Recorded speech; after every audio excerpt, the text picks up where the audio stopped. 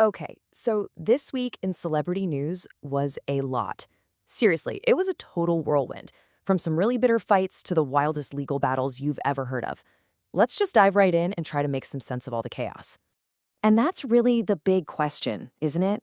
What happens when all this fame and money and these long-running tensions all smash into each other? Today, we're talking about all of it. And, yeah, even pastries. It's gonna be a wild ride. So, to get a handle on everything, we've broken this week's roundup into four big themes.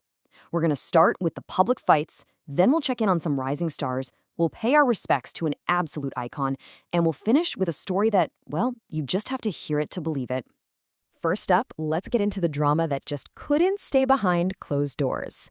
And we're kicking it off with a major fallout between a mentor and his one-time protege. You know, the history here is what makes this so fascinating. Usher is the guy who discovered Bieber, but man, things have clearly gone sour. According to people close to Justin, this whole confrontation at Jay-Z's Oscars party wasn't just some random thing. Nope, it was apparently years in the making, with Bieber feeling like Usher, the one guy who knew exactly what that kind of teen stardom was like, was just nowhere to be found when he was going through his toughest times. And this quote right here, it says it all. I mean, think about it. Celebrities are pros at keeping a smile on, especially at a huge event like this. So for an argument to actually boil over in public, yeah, that tells you the private relationship was probably broken a long, long time ago. This wasn't just a bad night. It was the public finally seeing a really deep crack. And speaking of public drama, let's shift gears from a personal feud to what could become a full-blown legal war in the reality TV universe. After the newest season of The Bachelorette got canceled out of nowhere, the drama moved from the mansion right into the courtroom. And this is the legal tool they might actually use. It's called detrimental reliance. And the argument is pretty simple when you think about it. These contestants completely blew up their lives for the show. They quit their jobs, they ended relationships, all because they were promised a spot on TV.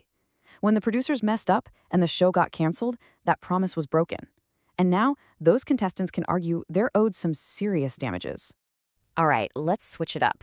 We're moving away from all the conflict and turning our attention to legacy and the next generation of famous kids who are starting to make their own names in the world. First up, you've got Henry Samuel. His parents? Oh, just supermodel Heidi Clume and the singer Seal. And now, at just 20 years old, he's stepping onto the high-fashion runway, diving right into the same world that made his mom a global superstar. And he is not alone. Over in Paris, another famous son is making some serious noise. We're talking about Cruz Beckham, son of David and Victoria. He just played a sold-out show with his band, and you know who was right there in the front row cheering him on? His dad. Pretty cool.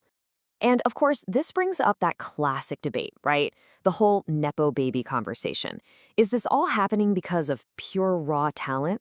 Or does having a last name like Beckham or Clum just swing open doors that are shut for everyone else? It's probably, a little bit of both. The talent seems to be there, but that platform is just undeniable. Okay, and now we're going to pause for a moment to honor a true icon, an actor, a hero, and honestly, one of the internet's very first global memes, the one and only, the legendary Chuck Norris. I mean, just look at this career. It's absolutely incredible. He went from being an action star tough enough to go toe-to-toe with Bruce Lee to becoming a beloved TV hero for a whole generation with Walker, Texas Ranger. And then, and nobody saw this coming, he had a third act as the subject of all those Chuck Norris facts. These jokes just perfectly nailed that larger-than-life, indestructible persona he had.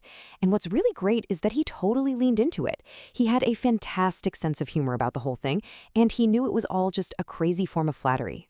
They all play on this idea that he was just impossibly tough, so tough that the only thing he couldn't do himself was show a moment of weakness. It's just brilliant. And this might be the fan favorite. It's so simple, so funny, and it says everything you need to know. What a perfect tribute to the man, the myth, and the meme that will live on forever. And now for our final story. Okay, prepare yourselves, because things are about to get really, really weird. This is a story about a police raid, some revenge music videos, and a very, very important dessert. Okay, so get this. The rapper Afroman gets his house raided by police. They don't find a single thing. So what does he do? He takes his own security footage of the raid and uses it to make music videos mocking the cops. One song was about an officer who apparently got distracted by his mama's lemon pound cake sitting on the counter. Well, the officers sued him for defamation, and Afroman won. The court sided with him, ruling that his music videos were protected free speech. You literally cannot make this stuff up. And that kind of leaves us with one last thought. We've seen some bitter feuds, the rise of a whole new generation, and we've celebrated a legend. But sometimes the stories that really stick with us are the absolute strangest ones. So what do you think makes a story truly memorable? Is it the drama, the legacy, or is it the freedom to sing about a lemon pound cake? Something to think about. Thanks so much for joining us.